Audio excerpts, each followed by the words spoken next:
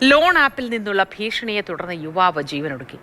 പാലക്കാട് കഞ്ചിക്കോട് മേനോൻപാറ സ്വദേശി അജീഷാണ് കഴിഞ്ഞ തിങ്കളാഴ്ച തൂങ്ങി മരിച്ചത്. റൂബിക് മണി എന്ന ആപ്പിന്റെ പേരിലാണ് ഭീഷണി കോളുകൾ വന്നത്.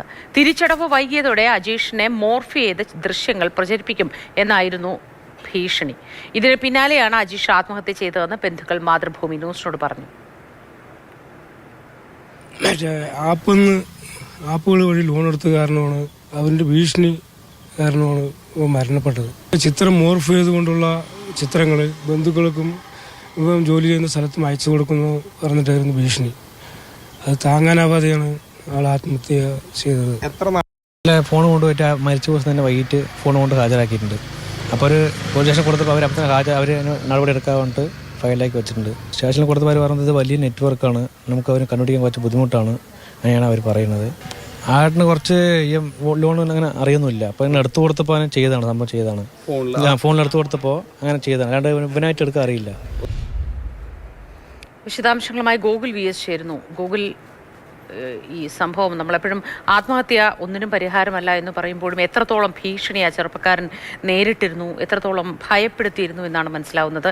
ലോൺ ആപ്പുകളുടെ ഇത്തരം ഭീഷണിയിൽ, ഈ തട്ടിപ്പിൽ പെട്ടുപോകരുത് എന്ന് പലവട്ടം പലരും ഉപദേശിക്കാറുണ്ട്.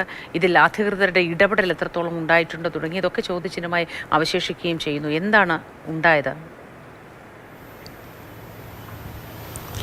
അതായത് അജീഷ് കുറച്ച് നാളുകൾക്ക് മുൻപാണ് ഈ റൂബിക് മണി എന്നാണ് അതിൻ്റെ ഒരു പേരായി കണ്ടത്. അത് യഥാർത്ഥത്തിലുള്ള ഒരു ആപ്പാണോ അതോ വ്യാജ ആപ്പാണോ ഒന്നും വ്യക്തമല്ല. അത്തരത്തിലൊരു ആപ്പിൽ നിന്ന് ഒരു പണം 6000 രൂപ മാത്രമാണ്, 6000 രൂപ ലോൺ എടുക്കുന്നു.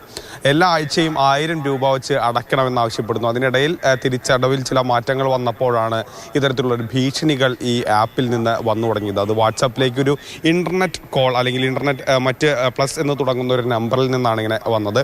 അതിൽ പലതും പറയുന്നത് അശ്ലീല ദൃശ്യങ്ങൾ പ്രചരിപ്പിക്കും, അതായത് ഭീഷണിപ്പെടുത്തും, ജോലി ചെയ്യുന്ന സ്ഥലത്തെത്തി ഭീഷണിപ്പെടുത്തും, ബന്ധുക്കളെ വിവരം അറിയിക്കും, അങ്ങനെയുള്ള നിരവധി ഭീഷണികൾ അതിൽ വന്നിരുന്നു. അതിൽ ഈ ഇദ്ദേഹത്തിൻ്റെ ഫോണിലുള്ള കോൺടാക്റ്റുകൾ മുഴുവനായി സ്ക്രീൻഷോട്ടായൊക്കെ തന്നെ മെസ്സേജുകളായി വന്നിരുന്നു. അജീഷിനെ ആ രീതിയിൽ വല്ലാതെ അവർ ഭയപ്പെടുത്തിയിരുന്നു. പ്രത്യേകിച്ചും തൻ്റെ ഫോണിലുള്ള കോൺടാക്റ്റുകൾ, ആരൊക്കെയാണ് തനിക്ക് ബന്ധങ്ങളുള്ളത്, ആരൊക്കെയാണ് തങ്ങളുടെ ബന്ധുക്കൾ എന്നുള്ള മുഴുവൻ വിവരങ്ങളാണ് ഇവരിങ്ങനെ ഒരു വാട്സപ്പ് നമ്പറിൽ നിന്ന് അയച്ചുകൊണ്ടിരിക്കുന്നത്. സ്വാഭാവികമായും അയാൾ ഭയന്നിരുന്നു. അങ്ങനെയാണ് അയാൾ ഈ കടുങ്കൈ ചെയ്തതെന്നാണ് മനസ്സിലാക്കാൻ കഴിയുന്നത്. പക്ഷേ ഒരുപക്ഷെ സൈബർ സെല്ലിനെയൊക്കെ തന്നെ ബന്ധപ്പെടുകയാണെങ്കിൽ ഏതെങ്കിലും തരത്തിലുള്ളൊരു പരിഹാരം ഇതിന് ലഭ്യമാകുന്ന ഒരു കാര്യമാണ്. ഇത് കാണുന്ന പ്രേക്ഷകർക്ക് അറിവിലേക്കാണ് അത്തരത്തിലൊരു സാഹചര്യം വന്നാൽ ഉടൻ തന്നെ പോലീസിനെയോ അല്ലെങ്കിൽ മറ്റ് നിയമസഹായങ്ങളോ തേടുക എന്നുള്ളതാണ്.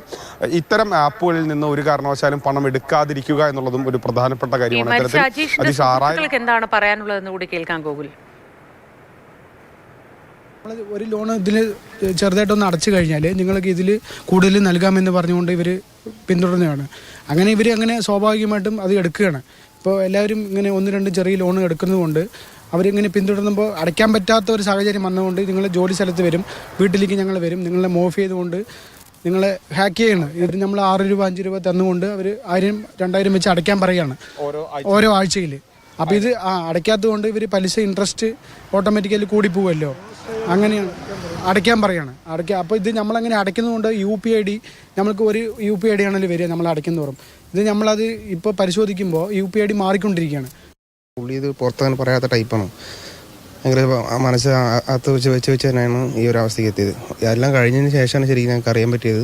മൊബൈൽ ചെക്ക് ചെയ്തപ്പോഴാണ് ഞങ്ങൾ സ്റ്റേഷനിൽ പോയിട്ടുണ്ടായിരുന്നു. അപ്പോഴായിരുന്നു അവർ വീണ്ടും വിളിച്ചുകൊണ്ടിരുന്നു. അശ്ലീല ചിത്രങ്ങളൊക്കെ അയച്ചിട്ടേ വീണ്ടും മോർഫ് ചെയ്ത് ഫോട്ടോ അയച്ചിട്ടുണ്ടാകും. അങ്ങനെയാണ് നമുക്ക് ഡീറ്റെയിൽ ആയിട്ട് അറിയാൻ പറ്റിയത്. പുള്ളി ഗോകുൽ VS തുടരുന്നുണ്ട്. ഗോകുൽ പറയൂ. അപ്പോൾ ഇത്തരത്തിൽ വലിയ രീതിയിൽ മോർഫ് ചെയ്ത ചിത്രങ്ങൾ അടക്കം അയച്ച് ഭീഷണിപ്പെടുത്തുന്ന ഒരു സാഹചര്യം ഉണ്ടായെന്നുള്ളതാണ് മനസ്സിലാക്കാൻ കഴിയുന്നത്. ഇത്തരം ആപ്പുകളുടെയൊക്കെ തന്നെ തീരെ വിശ്വസനീയതയില്ലാത്ത ആപ്പുകളാണ്. ആ ആപ്പിലാണ് ഇത്തരത്തിലൊരു ചെറുപ്പക്കാരൻ പെട്ടതും അദ്ദേഹത്തിന് ജീവൻ നഷ്ടമായതും. സ്വാഭാവികമായും ഇത്തരം ഈ ആത്മഹത്യ ഒന്നിനും ഒരു പരിഹാരമല്ല എന്നുള്ളത് യാഥാർത്ഥ്യമാണ്. പക്ഷേ ഈ രീതിയിൽ ഒരു മനുഷ്യനെ ജീവിക്കാൻ കഴിയാത്ത രീതിയിൽ ഭീഷണിപ്പെടുത്തുന്നു. സ്വാഭാവികമായും അജീഷിന് ആ രീതിയിലൊന്നും ഫോണുകളെക്കുറിച്ചോ അല്ലെങ്കിൽ ഇൻ്റർനെറ്റ് ലോകത്തെ കുറിച്ച് ഒന്നും തന്നെ കൃത്യമായ അല്ലെങ്കിൽ വലിയൊരു ധാരണയുള്ള ഒരാളൊന്നുമല്ല. അപ്പോൾ സ്വാഭാവികമായി അയാൾ ഫോൺ ഉപയോഗിച്ച് തുടങ്ങിയപ്പോൾ ഇത്തരത്തിലുള്ള ആപ്പുകൾ കണ്ടപ്പോൾ ഒരുപക്ഷെ കടം ലഭിക്കുന്നുണ്ട്, തിരിച്ചടച്ചാൽ മതി, 1000 അടച്ചാൽ മതി, അങ്ങനെ ചെയ്യുന്നുണ്ട്. പക്ഷെ അതിനിടയിൽ അടവ് മുടങ്ങുമ്പോൾ പിന്നീട് അവർക്ക് തോന്നുന്ന ഒരു പലിശയും പണവും ഒക്കെയാണ് തിരിച്ചടയ്ക്കാൻ പറയുക. അത് മിക്കവാറും കഴിയുകയുമില്ല ഒരു സാധാരണക്കാരനെ കൊണ്ട് തിരിച്ചടയ്ക്കാൻ. അപ്പോൾ ഇത്തരത്തിലുള്ള ഭീഷണികളായി പിന്നെ ഇത് അടച്ചാലും തീരാത്ത സ്ഥിതി വരുന്നു. അങ്ങനെയുള്ള വലിയ പ്രശ്നങ്ങൾ നേരിട്ടു എന്നുള്ളതാണ് ഇപ്പോൾ മനസ്സിലാക്കാൻ കഴിയുന്നത്. ഏതായാലും പോലീസും സൈബർ സെല്ലും ഒക്കെ തന്നെ അന്വേഷണം ആരംഭിച്ചിട്ടുണ്ട്. ഏതെങ്കിലും രീതിയിൽ ഇത് ആരാണ് ഈ ആപ്പുകൾക്ക് പിന്നിൽ എന്നുള്ളത് കണ്ടെത്താൻ വേണ്ടിയാണ് ഈ അന്വേഷണം.